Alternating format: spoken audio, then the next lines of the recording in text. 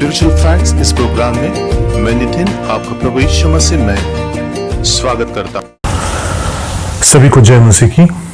मैं नितिन फिर एक बार आपका प्रभु यीशु मसीह में स्वागत करता हूँ। आज का वचन यूहन्ना की पुस्तक इसका 3रा अध्याय और 16वां पद है।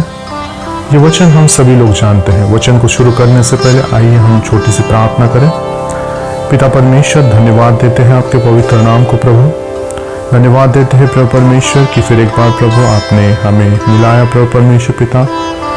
पिता परमेश्वर, विशेष करके प्रभु आज इस वचन के लिए प्रभु हम प्रार्थना करते हैं कि इस वचन को समझाने के लिए और समझने के लिए प्रभु परमेश्वर पिता हम दोनों को प्रभु परमेश्वर आपकी पवित्र आत्मा की अगुवाई में और पवित्र आत्मा के द्वारा चलाए प्रभु, ताकि हम वचन को जान सकें और वचन का भेद समझने पाए प्रभु राजा। धन्यवाद के साथ इस प्रार्थना को आपके बेटे प्रभु यीशु मसीह के नाम से मांगता हूँ।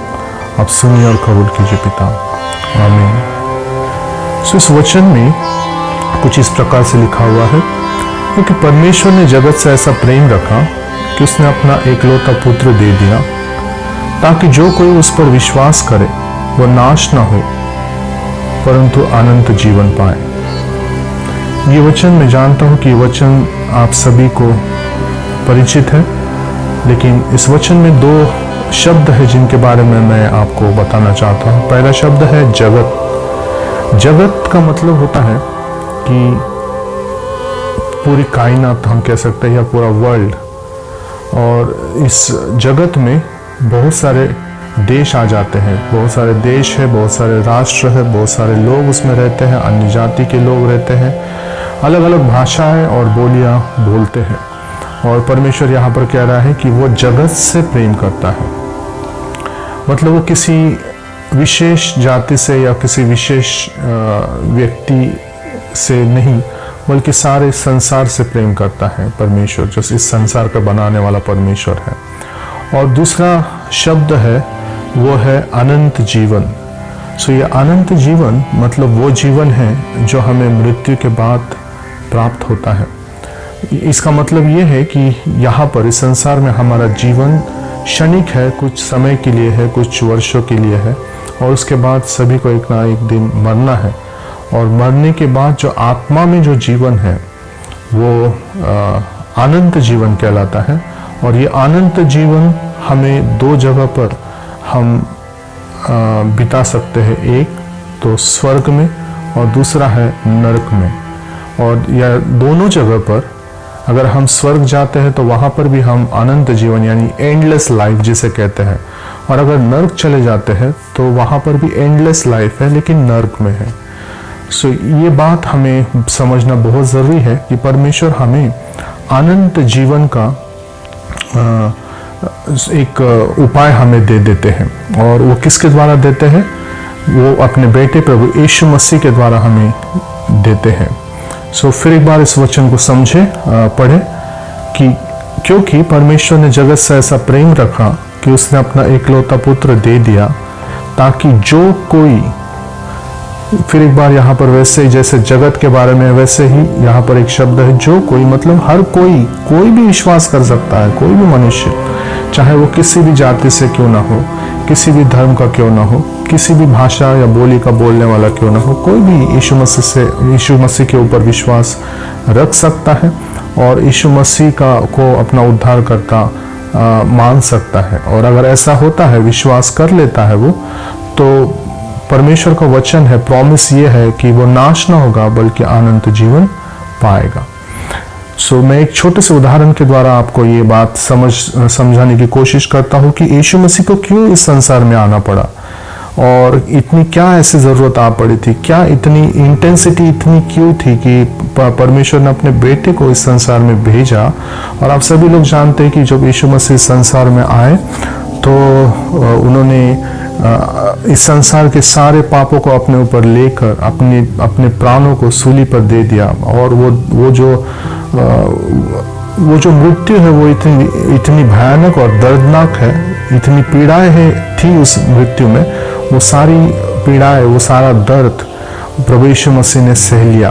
और ये वो केवल हमारे प्रेम के लिए, हमारे लिए, ताकि हमें अनंत जीवन मिले। सो मैं एक छोटे से उदाहरण से आपको ये बात समझाना चाहता हूँ। मान लीजिएगा एक 5 मंजिला इमारत है और उसमें एक मकान में एक फैमिली रहती है और उनका जो मकान है वो 5 मंजिला मतलब 5th फ्लोर पर है, ऐसा मान लीजिए। और वहाँ पर एक बेटा जो है वो उस फ्लोर पर 5th फ्लोर पर एक बालकनी में खड़ा है, वो खेल रहा है वहाँ पर। और उसके पापा जो है वो अंदर किसी काफ़ी इम्पोर्टेंट मीटिंग में बिजी है, काफ़ी बड़े बड़े लोग वहाँ पर आए हुए हैं और मीटिंग चल रही है और बच्चा वहाँ बालकनी में खेल रहा है, किसी का ध्यान बच्चे की तरफ नहीं है। अचानक वो बच्चा जो है वो बालकनी में खड़े होकर बालकनी के ऊपर वो जो रेलिंग है उसके ऊपर से मतलब खड़े होने की कोशिश में है वो, और उसके पापा का अचानक से ध्यान उस बेटे के पास जाता है। तो पापा जो है वो अपनी इतनी इम्पोर्टेंट मीटिंग और जो कोई भी वो लोग वहाँ पर थे, मतलब जो जितने भी बड़े बड़े लोग थे, वहाँ से इमीडिएटली उठकर वो अपने बेटे की ओर बढ़ते हैं और उस बेटे को पीछे खींच लेते हैं और अंदर घर में लेकर आते हैं।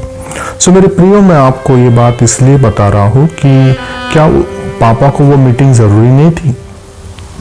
बिल्कुल ज़रूरी थी, लेकिन उससे भी ज़रूरी उनको ये लगा कि मैं उस मीटिंग को छोड़कर, वो ज़रूरी कामों को छोड़कर उस बच्चे की ओर जाऊं और उस बच्चे को मैं बचा लूं, क्योंकि वो बच्चा जो है वो जिस स्थिति में वहाँ पर खड़ा था, अगर यदि वो गिर जाता तो उसके बाद उस बच्चे का क्या होता, हो सकता था कि उसके हाथ पैर टूट जाए, हो सकता था कि वो बच ही नहीं पाए।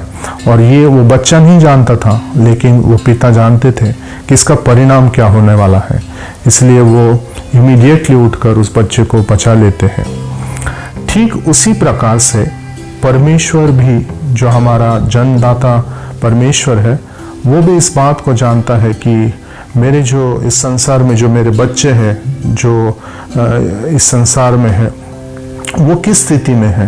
और वो ये बात जानता है कि हम लोग अगर पाप में जीवन जी रहे हैं, तो अगर पाप में अगर हम लोग मृत्यु की ओर जाते हैं या मृत्यु अगर हमारे ऊपर आ जाती है, तो निश्चय ही अगर हमारा जीवन पाप में है तो हम नरक में जाएंगे। और परमेश्वर नहीं चाहता कि उसके बच्चे जो है वो अनंत काल तक नरक में रहें। इसलिए, और क्योंकि नरक की जो यातनाएं हैं, नरक की जो गाथा है, और मैं कह सकता हूँ कि जो कुछ भी वहाँ की जो सिचुएशन है वो इतनी भयानक है कि हम उसको बयान नहीं कर सकते। लेकिन परमेश्वर जानता है, लेकिन कोई इंसान उस भयानता को नहीं जानता है। इसलिए वो आज भी परमेश्वर के उस प्रेम को बड़े हल्के में ले रहा है। लेकिन परमेश्वर ने अपने बेटे को इस संसार में भेजकर और उसके बलिदान के द्वारा हमारे पापों से हमें छुटकारा दिलाता है। सो मेरे प्रियो, मैं आपको यहाँ पर ये बात इसलिए बता रहा हूँ कि आज भी हम काफ़ी सारे लोग हैं जो ऐसा जीवन जी रहे हैं जो परमेश्वर को नहीं भाता है। आज भी वो अपने जीवन को उस पाप के दलदल में रहकर जी रहे हैं, या हम कह सकते हैं कि पाप के दलदल में वो फंस चुके हैं। तो हमें ये अवसर है कि हमें पीछे मुड़ना है और यीशु के उस बलिदान को काफ़ी गंभीरता से लेना है, ताकि हम भी उस पाप के दलदल से, उस पाप से छुटकारा पाकर अनंत जीवन में, लेकिन स्वर्ग में हम जा सकें। सो मेरे प्रियो, मृत्यु अटल है। मृत्यु तो आज नहीं तो कल सभी को आनी है, लेकिन मृत्यु के बाद का हमारा जीवन कहाँ और कैसे होगा, ये आज आपके हाथ में है। सो मैं इस वचन के द्वारा केवल आपको इतना ही बताना चाहता था कि यदि आप परमेश्वर के उस बलिदान को यदि नज़रअंदाज कर रहे हैं, या अगर हम उसको हल्के में ले रहे हैं, तो मेरे प्रियो, नरक इतनी आसान चीज़ नहीं है। और परमेश्वर की इच्छा नहीं है कि हम नरक में जाएं। परमेश्वर की इच्छा ये है कि हम सभी लोग परमेश्वर के साथ स्वर्ग में रहें। और मैं आप सभी लोगों से ये प्रार्थना करता हूँ कि हमारा आज का ये समय हम लोग काफ़ी सीरियसली परमेश्वर के वचनों में और प्रार्थना में बिताएं, और अधिक से अधिक वो कार्य करें जो परमेश्वर को भाते हैं। आज के लिए इतना ही, और मैं आशा करता हूँ कि पवित्र आत्मा आप सभी को मदद करेगा, हिम्मत देगा, मार्गदर्शन करेगा कि हम क्या करें और क्या ना करें। तो आज के लिए इतना ही। सभी को जय मसीह की। God bless you.